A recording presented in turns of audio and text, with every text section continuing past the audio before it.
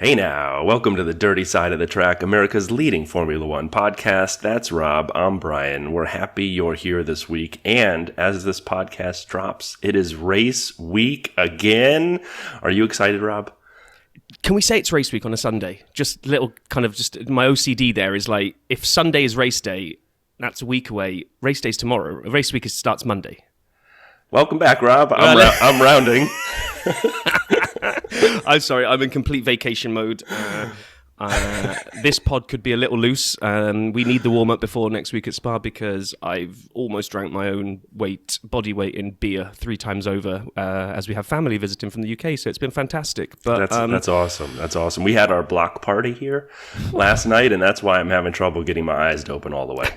So stick with us. Thankfully, there's not a race that we have to review this week, but we are super excited about Spa because we've made no secret of the fact that for Brian and I, it's one of our favourite tracks ever. So, we will do some news and social roundup on what's been going on in the time since we've been away from the mic, which feels like forever, Brian.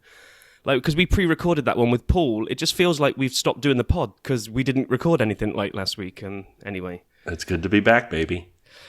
So we do that. We've got because it's been the the break, and we had to come up with some content. We've got a completely random game to come up between myself and Brian.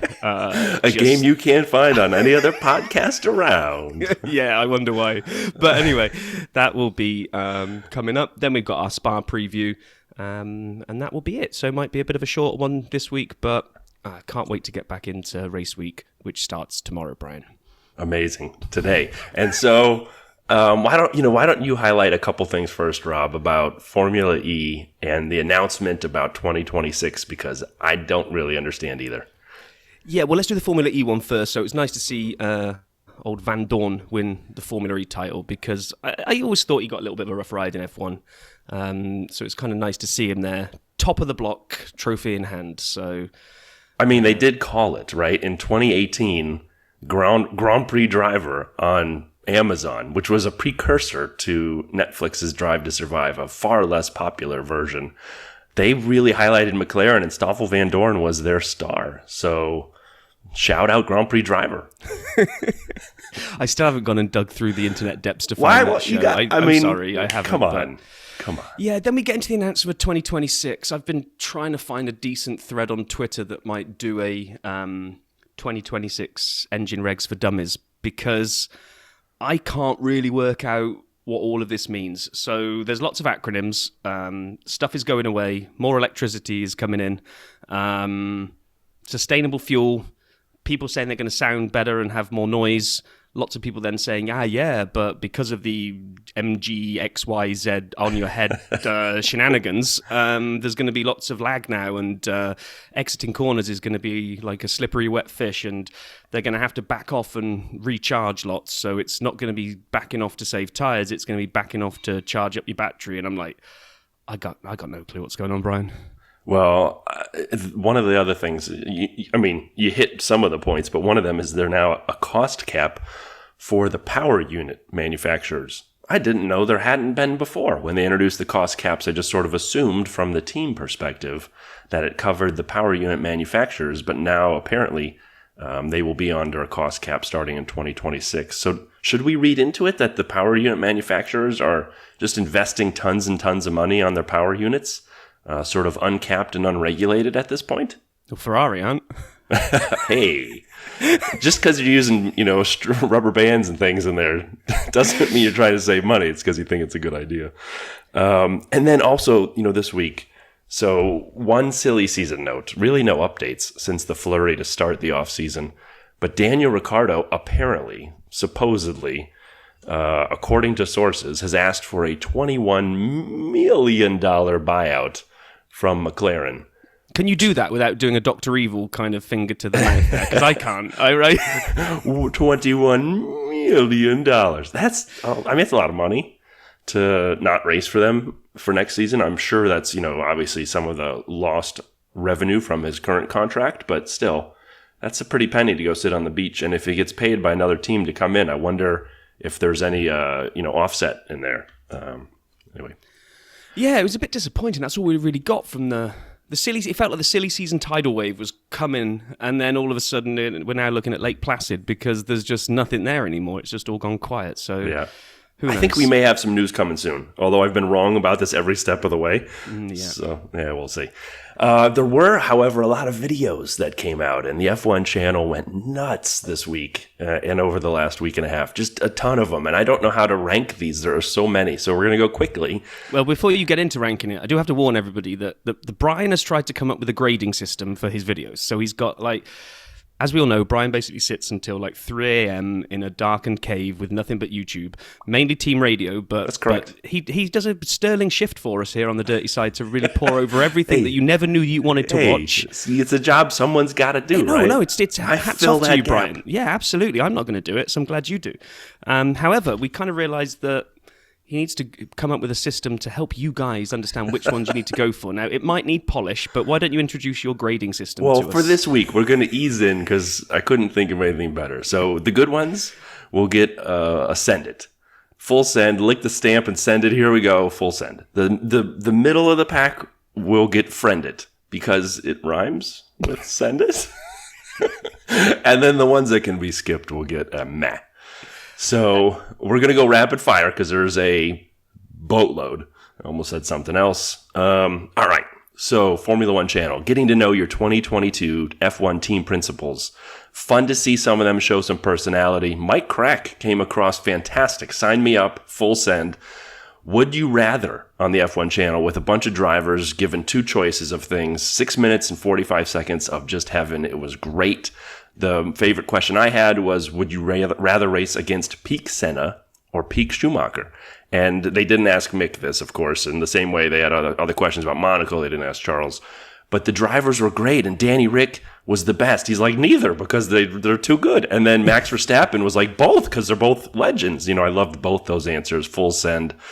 And then Haas had a couple map the track with K-Mag and Mick, and they had stickers, and they had to put them on a big map as they'd give clues to the circuits. It was okay. Friend it. And then they had another one called Do You Know Me? 6 minutes of clues about the other driver. And it was obvious Kevin doesn't know anything about Mick. It was mind-blowing. So I would say, unless you're a Haas boy or a Haas girl, I'd say meh on that one. I'll do one more, and then you can ask me a question there, Rob. But the C squared challenge Ferrari had, pétanque, is that the same as bocce ball? Do you know? I have no clue. You've just said two words, and I don't really know what either of them are. It was like bocce ball to me. They're playing it inside, and it was Charles and Carlos, and they had someone else, and then another fellow. And I watched the whole thing without realizing the other fellow was Antonio Giovinazzi. I had no idea Antonio was there. Like, it was amazing. Hairpin. Yeah, hairpin. I had no clue it was Antonio. And so then I said, I was going to say meh. But now that Antonio is in it as well as Carlos and Charles, I'd give it a friend it. So wait there. So the content was only worth a meh. But because Correct. you then, after the fact, realised who was giving you the meh content, It's now worth watching. Yeah. I love didn't even know it was there. It was like, I've also got to pick you up on, we've got 3 ratings. We've got friend it, send it, and meh. We've also now got, on the ones you've just reviewed, we've got a difference between a send and a full send. Well, full send is the same as like the stamp and send. It's all the same. It's all related. They had highs and lows on the F1 channel of Charles Leclerc's 2022 so far. It made me very sad. Do not watch. It reminded me of Maddie WTF1's video of the years. Yeah, don't watch. It's meh. It's avoid. We're looking forward, Brian. We're looking forward. We're not looking back. Best. Well, then you're not going to like a couple of these. Best wheel-to-wheel battles so far in 2022 on F1. Full send. Loved it. There's actually 3 in a row here that are great. What qualifying feels like on the F1 channel, and the 10 best moments on team radio so far. All of those. Thumbs up from Sap. Go check them out. Can't be beat. It just, the whole, like, the F1 channel went absolutely ape nuts the last, like, 3 weeks. Or a week and a half. Like, nuts, like, ape. Anyway. And so they had everything. It was great. Grill the Grid, A to Z for tracks for the drivers. Their apparently finale for Grill the Grid in 2022. Full send. Top onboards, full send. The only one I would give of Friend It is the F1 animated 2022 so far. It was okay. I'm done. See, I went through fast. There was a lot. I would just basically say if F1 YouTube is on your radar, pretty much everything they've launched recently is worth watching. And then the ones that were off that we talked about from Haas and Ferrari and other places, worth checking out, I guess. And on the here's a segue for you on the subject of launching things. We've seen there's a lot of new podcasts coming into the space at the moment, which is great because when Brian and I started this, two bozos getting together to talk about F1, we went out on this crusade that this is a growing sport. This is going to get more eyes on it. It's just going to get bigger and bigger. And now we're going to have to find time to actually listen to other people's pods so that we can both listen, enjoy, and steal any good ideas for ourselves. Of course. But, then the couple that are coming out, we've kind of got a tenuous link with that we can kind of ride on the back of it. We've got Nate Saunders, friend and guest of the show from ESPN, have launched it's with Lawrence and Katie, right? They've done Unlapped. Yep, Unlapped. Yep.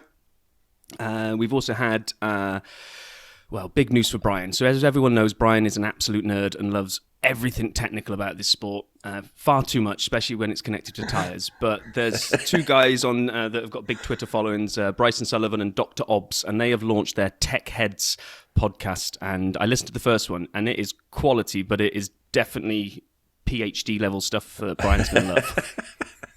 I mean, and we've seen also Break, who was also a friend of the pod and a guest here, launching with Engine Mode 11 engine braking. So we're excited for you, Blake, and wish you guys well. I'm sure it'll be fun.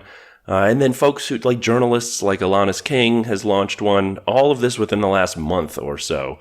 And I would just say it's really exciting. It's an exciting time to see all of this happen in the F1 space. But if you're looking for a couple fans who enjoy talking F1 and bring you sap stats and Vale's tales and exciting guests, you should keep listening. And of course, you should tell a friend. We actually have an example of content you can't find anywhere else. I went plumbing, Rob. I plumbed the depths of Twitter. And I found some interesting information that you will not find on any other podcast. And I want to make sure we highlight it. Sap Stats, Plumbing the Depths of Twitter edition. User at Ferrar_Ria.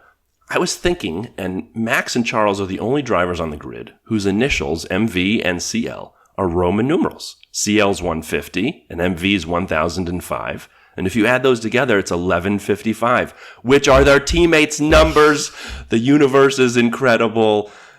Oh, you can't find that anywhere else. I mean, Dirty Side of the Track, exclusive. Forget vortices and downforce, and I mean, this is where the real stuff is. This is where the science in the sport is. I mean, Roman numerals, it's this Illuminati and everything all together. It's fantastic. We are living in a matrix, and if you don't understand it, people, I can't get you to open up your eyes enough. Anyway, okay. All right. Right. Yeah. Now, before we get onto our Spa preview, now we've got our ridiculously stupid game, which I'm completely blaming on Brian, but it was good fun pulling it together. So I don't even know where to start with this, Brian. I'm just going to hand it over to you because I don't even think I've done it right. So we'll find out if I even played the game properly here. Yeah, here we go. So we were having a think the other day on what would be a little fun. Something to get everybody laughing and getting ready back into the race week.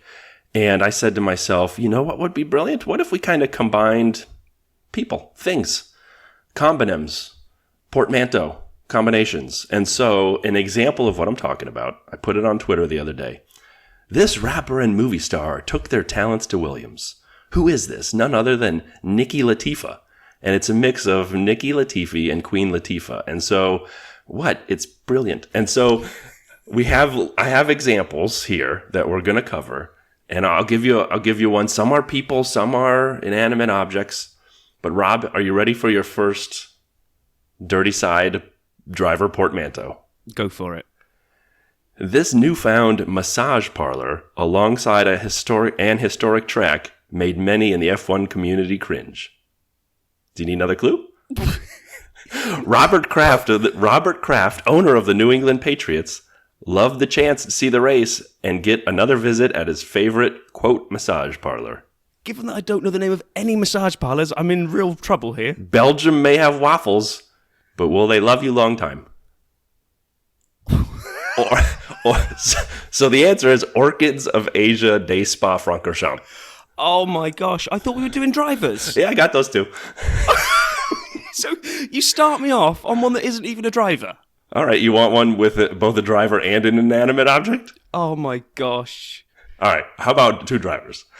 Or two people. This duo both changed scenery recently, and they're both related to Lewis Hamilton. A mile-high experience for the man from King's Lynn. What are you doing? AMG for this QB, no longer from the SEA.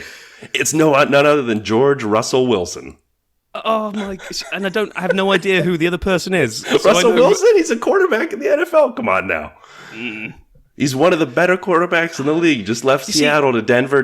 Lewis Hamilton owns part of the team now. He drives with him, George Russell Wilson. I did it completely wrong then. So what I did, I'm annoyed at your two already. So I'll give you a taste of what I thought the game was, which I thought you had to get two people, which when you crash them together, you took one of their names. So one person, other person, crash it together, you end up with a driver. So you've got to guess the driver here, which is... All right, go for it.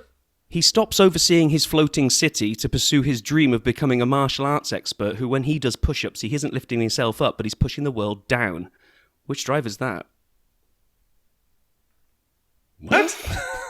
So you got two people in there. So who was the manager of a floating city? Very, very famous. I bet you haven't even seen this film. You're going to annoy me now by not seeing this film.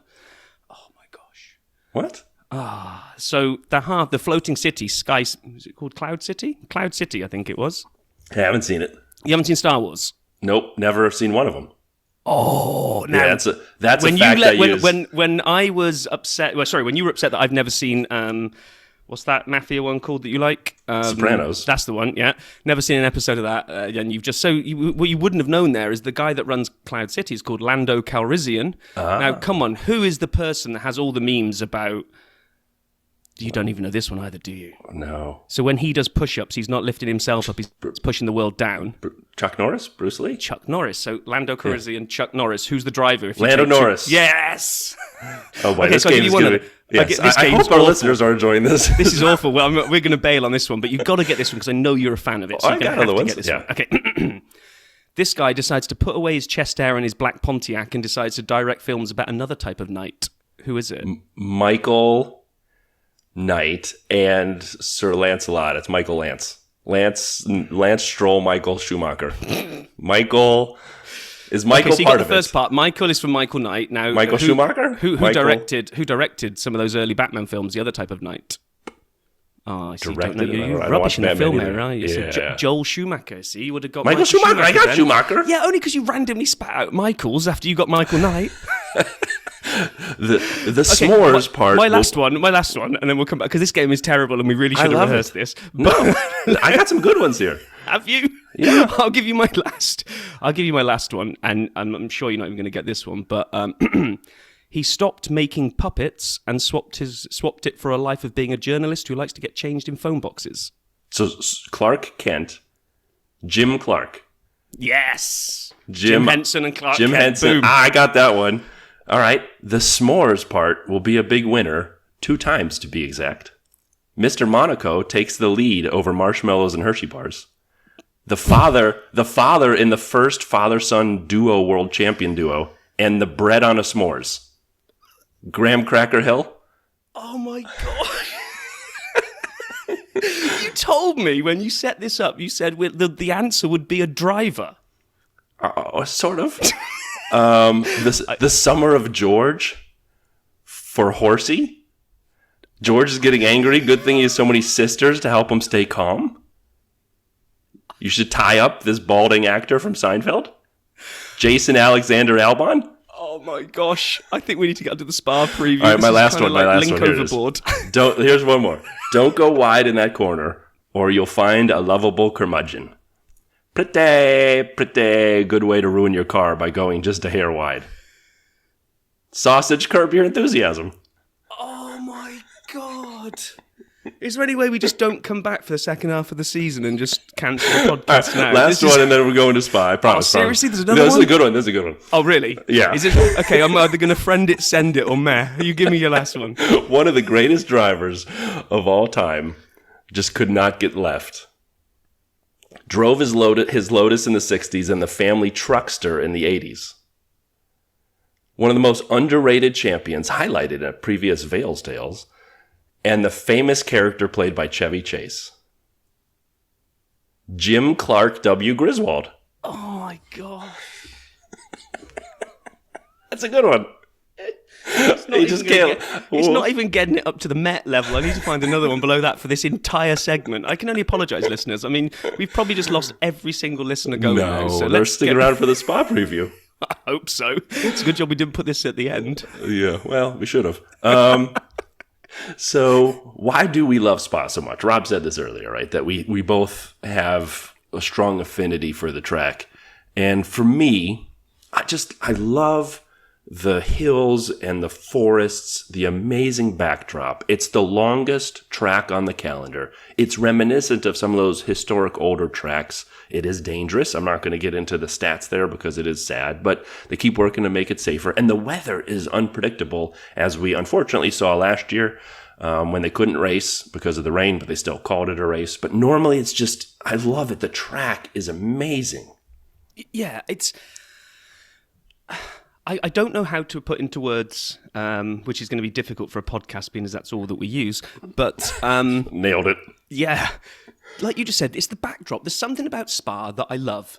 And you can say that there's other circuits that have got great backdrops and great scenery and great whatever, but just something about Spa screams F1. And I just love every aspect of it, whether it's the fact that we tend to see great racing there. It's got some insane corners. We'll go over kind of the track layout in a minute as we'll kind of go about our favourite parts of the track. But then you get just the unpredictability of the weather, which, okay, it went a little bit, we maybe ordered too much rain last year, but it can go from beautiful summer's day to monsoon in like 10 minutes and back again. We've seen some phenomenal drives down the year, whether it's both dry races, wet races. Corner 1 has given us so many crashes, and not dangerous crashes, just because it's not really high speed, that first corner from the start line. But you just know someone's not making it round corner 1. Pretty much every time, right? Yeah. We very rarely get it's all effectively like away. a hairpin to the right. I mean, it isn't, but it's close. And I love all of the turns. I mean, Eau Rouge is probably the most famous corner in Formula One. And then you come out of that up to Raidillon. So that is the one for newer folks. It's right after you make that first hairpin, and then you kind of come down towards it, and it's amazing. It's downhill and then up tremendously, left and right at the same time. And as you come over the crest, it's to the left to take you down to a straight, the Kemmel Straight. I love it. It is impossible to play on video games. When we had Jacques Villeneuve here on this pokey little podcast, he highlighted how much he loves Spa, and he highlighted some of the corners. He talked about Eau Rouge and Raidillon. He actually talked about Pouhon as well. And so I never really had the appreciation for it until Jacques said that. And I went back to the notes, right? I went back and I looked at the track and I drove it on the game again. And it's like, it's for people, it's 2 left turns, but there's a delta in between that isn't a straight. It's very short, but it's also not one corner. So there's like 2 apexes you have to hit. It is awesome. And like, I'd never really appreciated how hard it was to ace it. And that was what Jack was talking about, is something like that. So just every corner is just tremendous there. Yeah, absolutely. I mean, I did the same as you. I fired up the F1 game this week, and no cheating, no overhead cams. You've got to be down at cockpit level, and coming up and you can't play it up. I'd use chase cam, yeah. You can't use chase cam. How can you appreciate coming uphill and cresting and not having that blind rise and not knowing where you are if you're on chase cam, because you can see over the hill? Yeah, because I have a real simulator going in my basement is what it is. But even if you just play cockpit cam, you can see how hard it is to pick the apex of that up. You're going down, you haven't watched Star Wars, you've never played in cockpit mode. Oh my gosh. I have played in cockpit mode, but I prefer chase cam. It's too difficult for you, isn't it? Yeah, okay. It's too hard. One corner that gets a lot of love is Blanchimont, and it is towards the end of the lap, and it is a left, but it's now taken kind of flat out. So I actually sort of give it less credit than it used to be because of the downforce the cars generate. They can take it effectively flat out. So they can, as long as they approach it right. Correct. And that's where you'll see a lot of because I like it because it is a flat out corner. If you've got the balls to nail the approach right, you can stay foot to the floor and go all the way through it.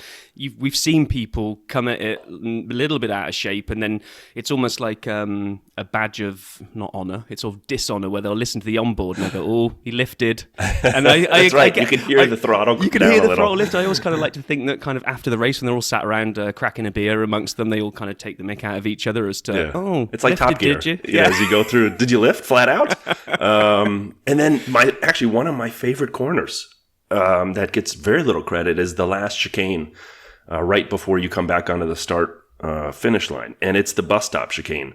And this one has a lot of history to it. So, because I did a little research here, and there's sort of two trains of thought why it's called the bus stop chicane. One, there are chicanes called bus stop chicanes where it's not just a quick left-right kind of jig like you'd see in Monza right after, the start-finish straight.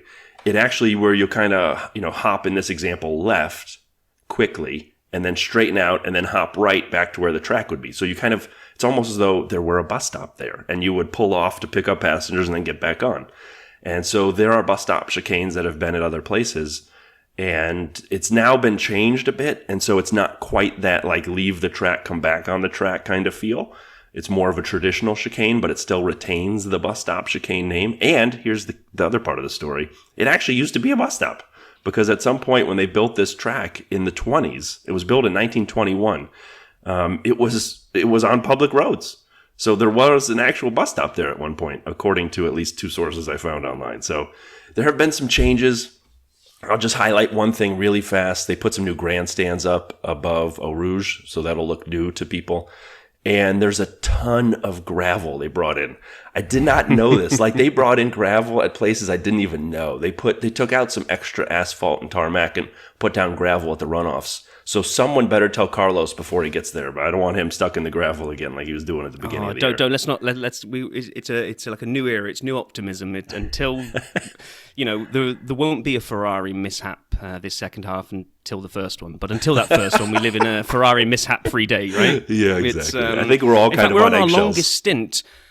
I've got like a clock up on the wall, day since last Ferrari incident. And right now we're at our highest count since the season started. Because, yes, I've been keeping the count going during the off-season, but let's not worry about that. Yeah, exactly. But no, going back to the bus stop, I love the bus stop because just of its position at the end of the lap, it's great in qualifying because you screw that chicane up and you've lost your lap. You can do a perfect spa lap and it can all be gone in a minute 45 you've invested and then ruined, as you said, right there. Exactly. And in the race, it's such a good braking zone and then provides that, like they come out of, if you try to put a move on there or if you get good traction out of the corner, you're now at sprint down to turn one again where it's all going to get close and feisty again. So it's on its own, maybe it's not the best series of a chicane in the world, but it's just its positioning where it is. I just think I'm a big fan of it. I just love this whole track, as I think it's probably pretty obvious that that's why we're so worried it's not technically on the calendar yet that we've heard for 2023. So that would be let's not do it. It'd be blasphemous. So most wins at Spa: Schumi with 6, Senna with 5, Jim Clark with 4, Kimi had 4. I was a surprise when I saw that. There, Lewis has 4. Fangio, Damon Hill, and Vettel with 3, and then a bunch of people 2 and 1, but other current drivers who have a win there, Max, Charles, and Daniel. And then one last sort of sap stat here about this track. Spa edition. Okay, and so what's pretty cool to me is there are a decent spread of wins, not just, from the pole. So people can win this from any position, but interestingly, no one has ever won from 4th. And so I added up 3rd, 5th, and 6th, and there are 15 combined wins from 3rd, 5th, and 6th, but 0 from 4th. So I'm curious to see if we can break that statistical anomaly this coming weekend. But technically, it's not race week yet, according to Rob. So tomorrow I'll be excited to see if race week can break the 4th. But today I'm not yet. Just going back to what you're talking about, the history of the layout, I'd encourage people that don't understand how big Spa used to be, to just go Google original Spa layout, and one of the first images that comes up is the original track layout with the kind of the current track layout bolded and then a grayer outline of it. I mean, this was a beast. Like you said earlier, it's still the longest track on the calendar now, but it was ridiculous levels. I think it was, what did you say it was originally, or did you not say that? I didn't. It was 14.9 kilometers. 14, and it's 7 now, so it used to be twice as long as it is now. I mean, that's Could you kind of imagine putting it up having there with like Nürburgring type. Yeah, could you imagine having a 3.5, 4-minute lap?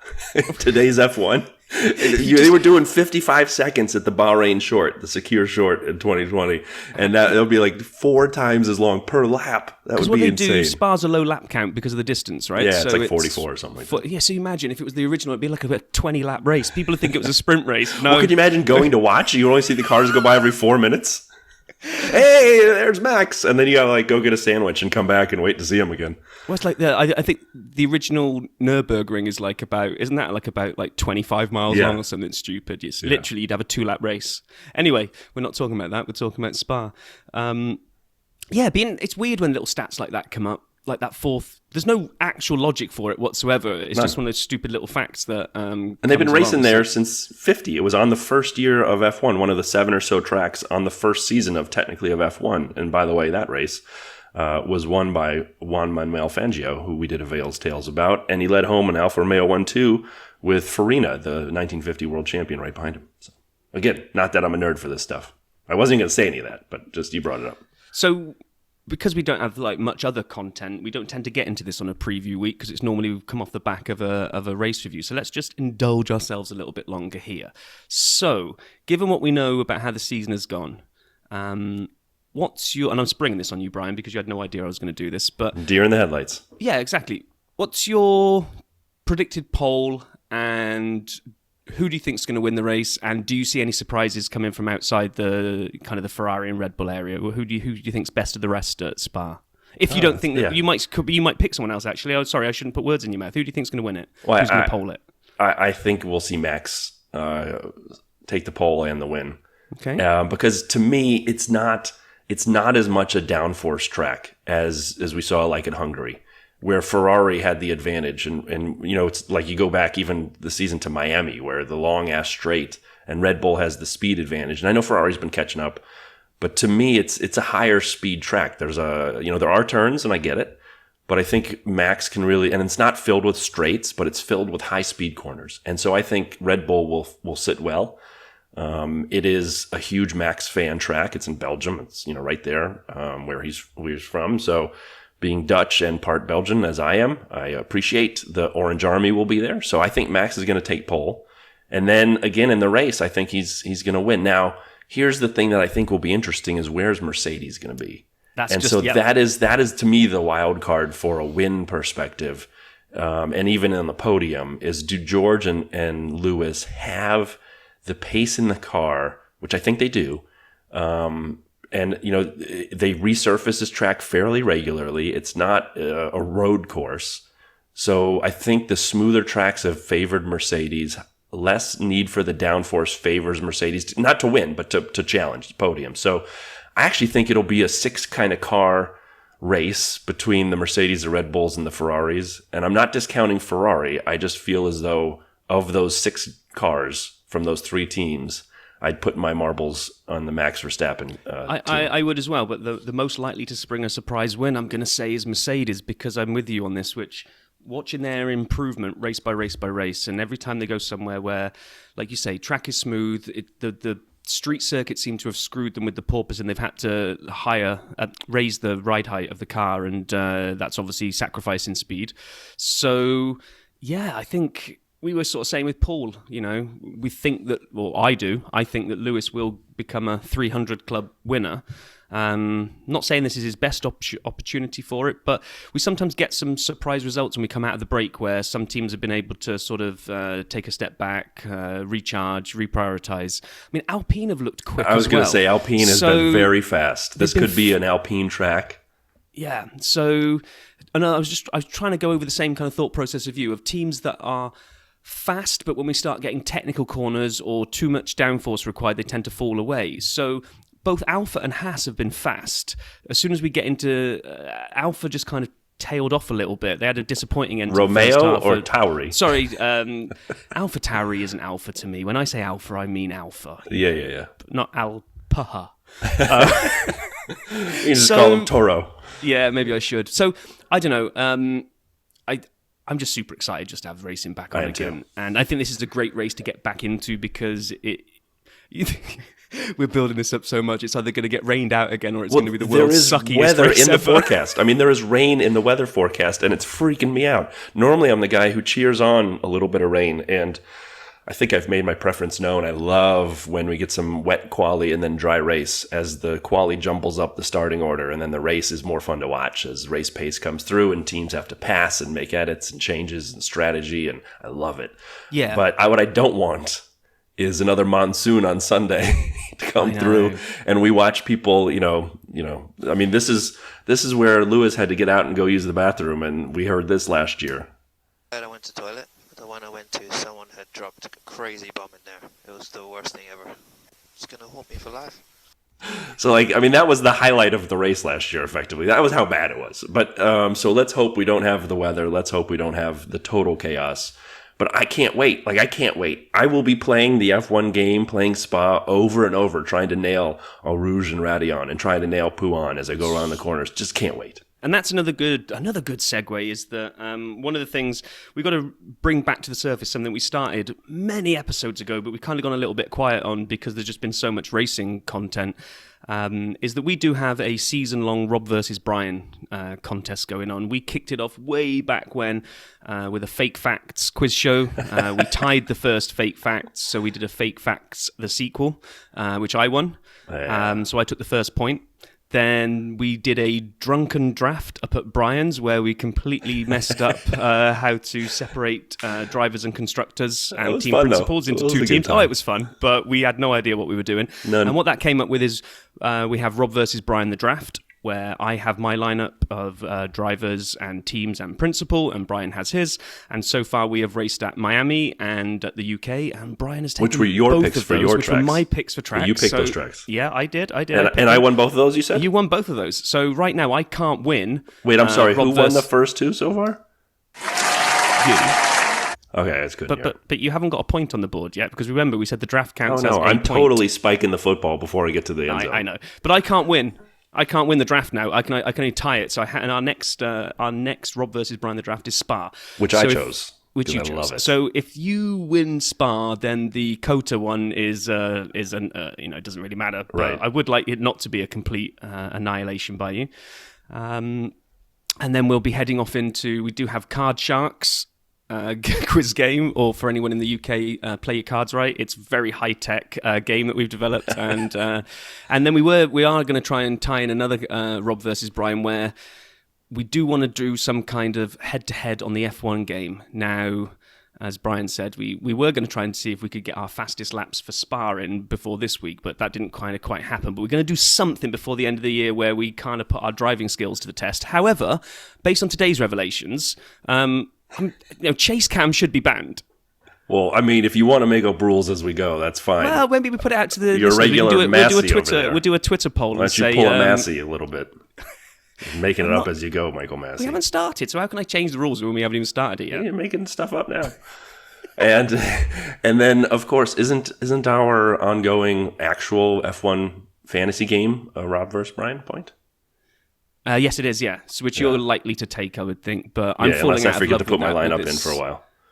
Yeah, it's a bit disappointing what's going on with following the Fantasy F1 Tips Twitter account that we do, and who's a guest of the show. F1 Fantasy Hub. That's it, F1 Rob. Fantasy Hub.